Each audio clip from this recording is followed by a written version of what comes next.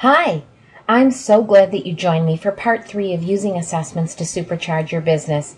I can't believe how quickly our time together is flying. I hope that you're discovering ways to give your clients even more insight than you do today, objectively and quickly. Generate passive revenue that you can count on each month. And most importantly, be the best coach you can be and love what you do even more. Plus, don't forget my offer for you to have an up-close and personal look at one of my favorite assessment tools, the Workplace Big 5 Profile. By watching these videos, you can try this assessment absolutely free. Instructions and access information are in the email where you found the links to these videos. During our first video, I shared my favorite analogy for understanding the different types of assessments on the market and how to evaluate the many tools on the market today. In our second video, I showed you how I've created predictable passive revenue streams and ways to boost your client engagements and business. Today, I want to share even more ways to supercharge your business by using assessments. First, you'll see how assessments can help you sell high-value coaching and consulting. Second, I want to share the biggest mistake I've seen coaches make when using assessments. And finally, I want to show you the 3 things coaches do that leave money on the table. So let's get started. One of our great coaching partners, Marianne Stiles of HR Styles, shared a quote that she found from Mike Singletary. Singletary was a linebacker for the Chicago Bears. With 1,488 tackles, 885 which were solo efforts, he was the team's first or second leading tackler in each of his last 11 seasons. He went on to join the coaching teams in Baltimore, San Francisco, and Minnesota. He's also an ordained minister. His perspective on seeking understanding is what's led to a lifetime of success. He stated, "How is a great thing to know. Why is the ultimate. I'm the why coach. Why are we doing this? Why are we not doing that? Why is this not working? Those are the things I want to know." Assessments help individuals to answer a lot of why questions. They learn why they think the way they do, why others act the way they do, and why situations end up the way they do.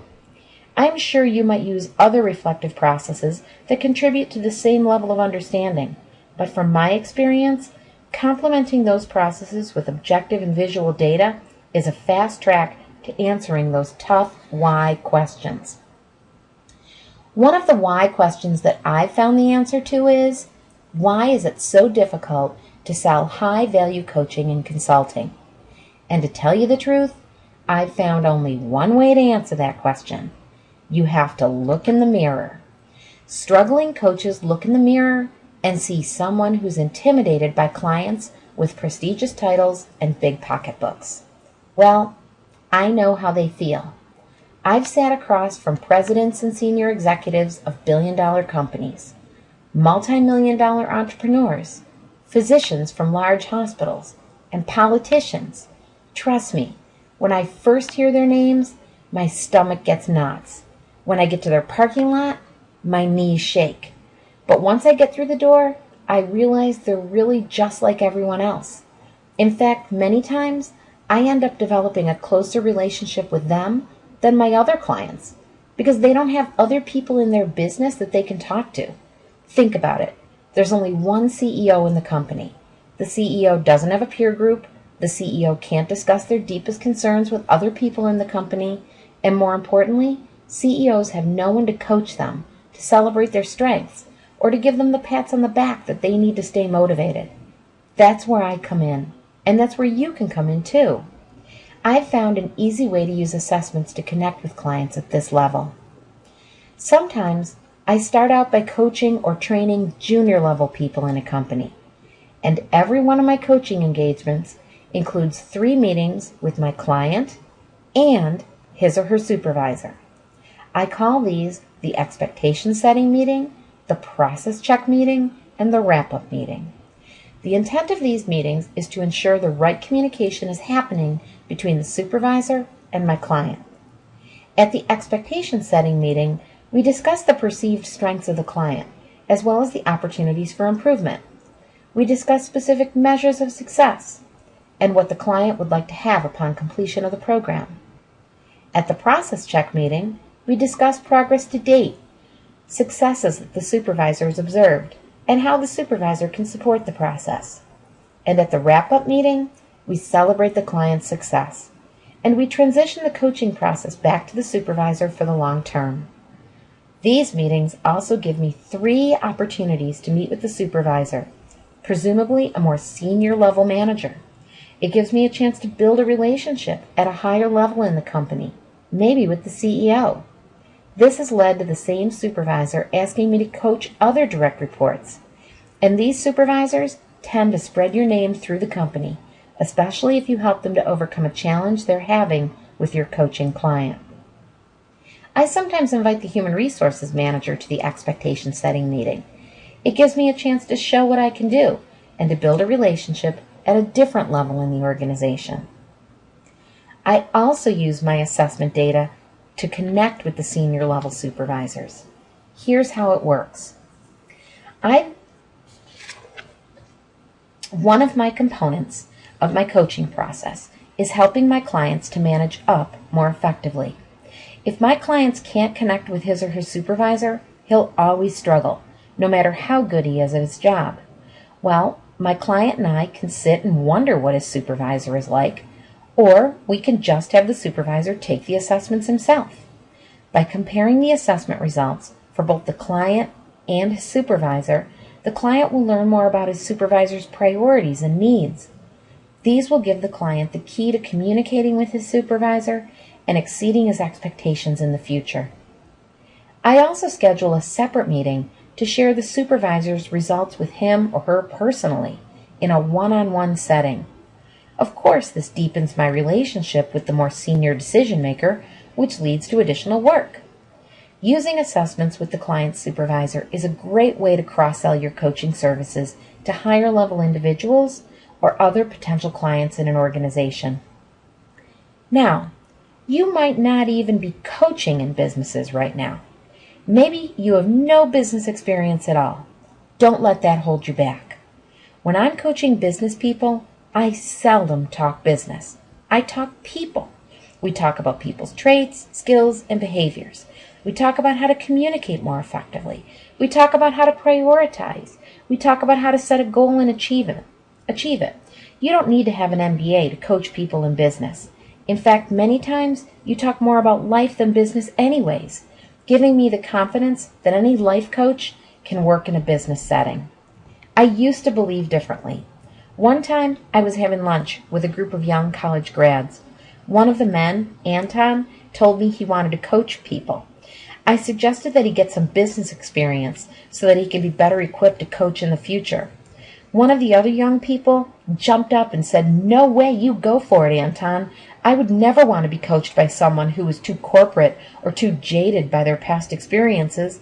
I'd want to work with someone who was open-minded to my unique thoughts and ideas." Well, kudos to her for speaking up and opening my eyes. Since then, I've worked with many young coaches and consultants who've entered the management coaching arena with great success. They've used assessments to share wisdom with people way beyond their years, and you can do it too. Okay, friends, now it's time to share the biggest mistake I see coaches make when using assessments, and that mistake is they don't charge enough. Let's look at an example. Let's say you purchase an assessment for $10. The results are 30 pages, which you print and bind for your client's coaching meeting. That might cost you $5 for materials like paper and ink and binding. The time it took you to order and print the assessment was 10 minutes. If your hourly rate is $100 per hour, that's $16. So all in, the true cost of the assessment to you is $31. Now, I've seen consultants charge as little as $35 for an assessment. That's a $4 profit margin. Why bother? These consultants practically give the assessment away because they feel their consulting services are where the real value comes in. Don't sell your services or your product short. The assessment provides rich information for your client's self-discovery. Best-selling assessments typically come with long lists of how-tos for self-improvement, and the report will be in the client's hands long after you're gone. Don't lose sight of this value. When I'm providing assessments for coaching or training, I charge anywhere from $100 to $250 per assessment per person. Imagine the profit margin if the cost is just $31. Let's look at it from another perspective. Pricing an assessment too low may give the impression that the results aren't valid or that it doesn't offer much value. I bought my first car for $500. It was old, rusty, uncomfortable, and not always reliable. It came with a perceived value that I had to live with when I was in college. I didn't expect much more. But as I started working, I sought a different level of value in my vehicles. I wanted air conditioning, leather seats, and something that I could count on to start every day. The same is true with assessments. Your pricing conveys the perception of quality. So establish yourself as the expert you are, and be sure to charge the best prices for your high-value service and infinite wisdom. You can always negotiate down. How do you justify a higher price for assessments? Here are 4 things to do to show that you and your tools are worth it.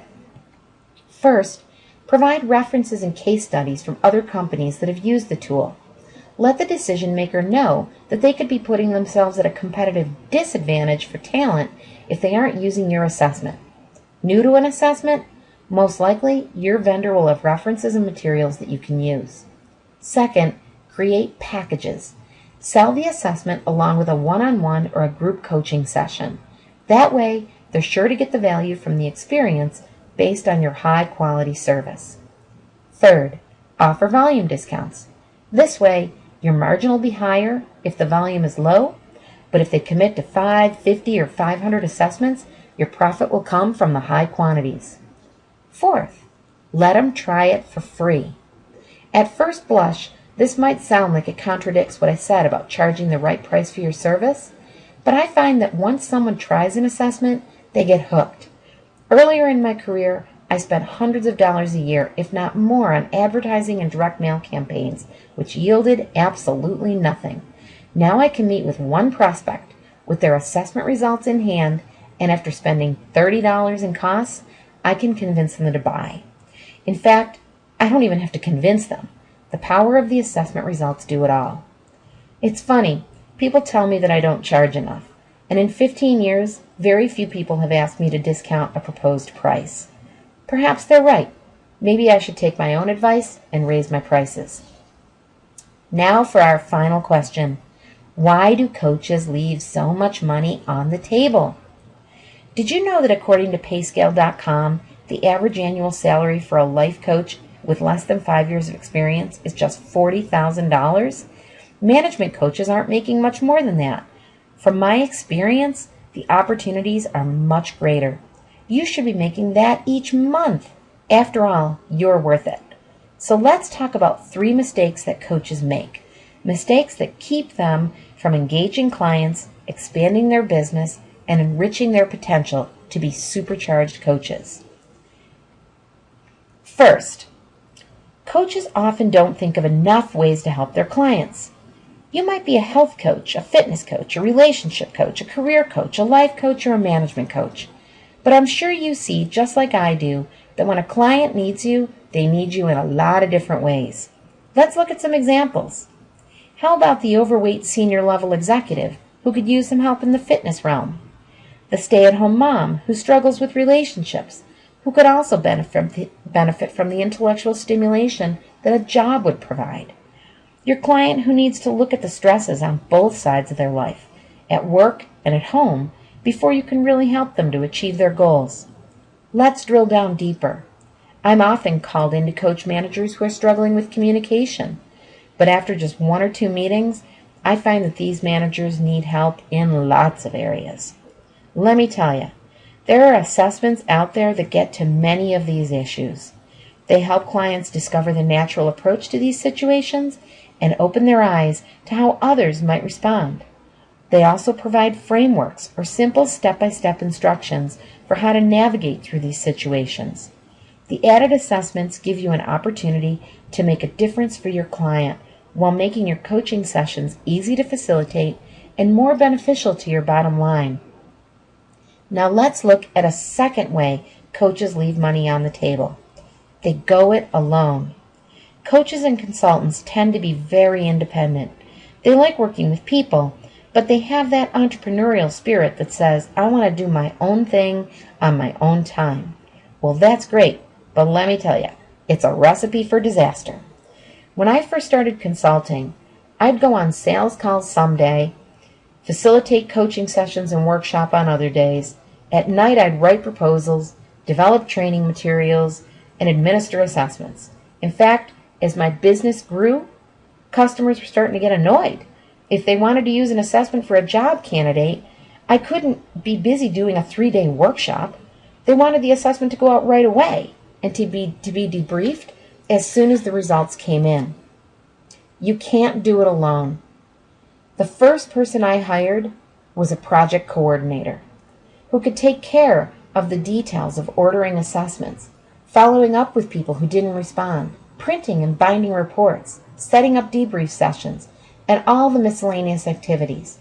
Not only did that allow me to spend nights and weekends with my family, but it gave us the capacity to administer a lot more assessments. Within just a few months, my project coordinator was covering more than 10 times her cost.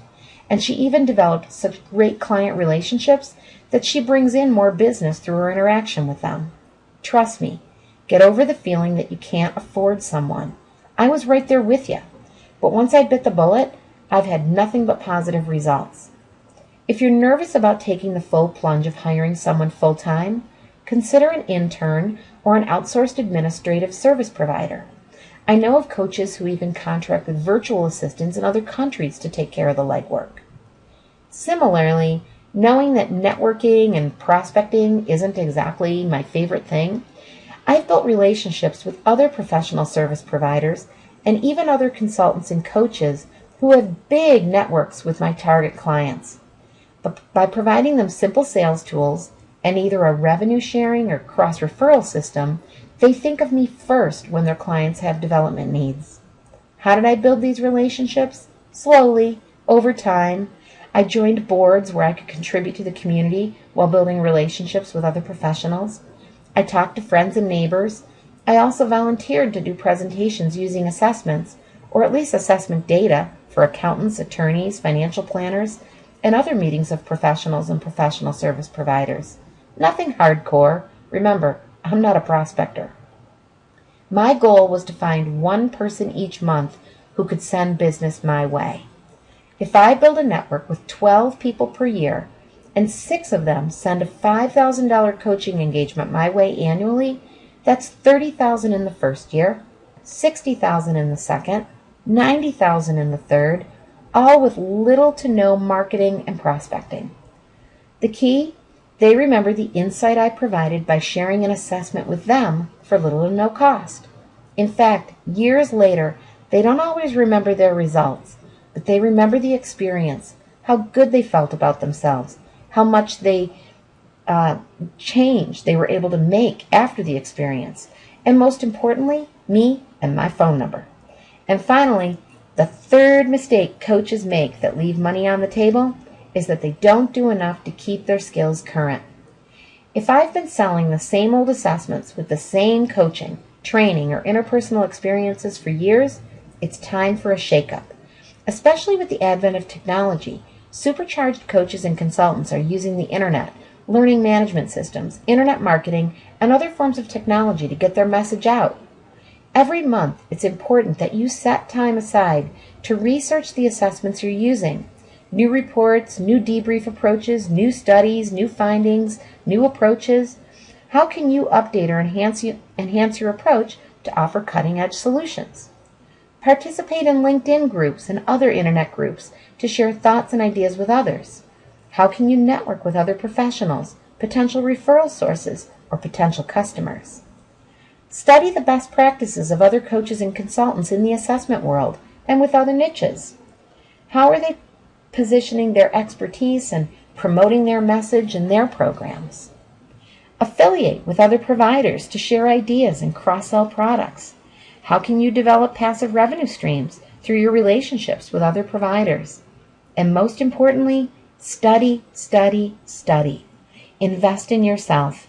Keep yourself fresh through videos like these, self-study programs, group training, and other learning opportunities. I love learning, don't you? But more importantly, I love sharing information with others. So I am so glad that you've joined us in these programs. I hope that you have a list of dozens of ways to supercharge your business by using assessments. Perhaps you've already tried something new. If so, please share your experiences and your success with the rest of us by typing in some comments about this video. Post your questions as well so that we can all share your thoughts, ideas, and suggestions. And remember, as my special gift, I'd love for you to experience my favorite assessment, the Workplace Big 5 Profile, absolutely free. Just check the email I sent you and look for instructions and access information. My best to you for the future. I hope that we'll have a chance to meet someday.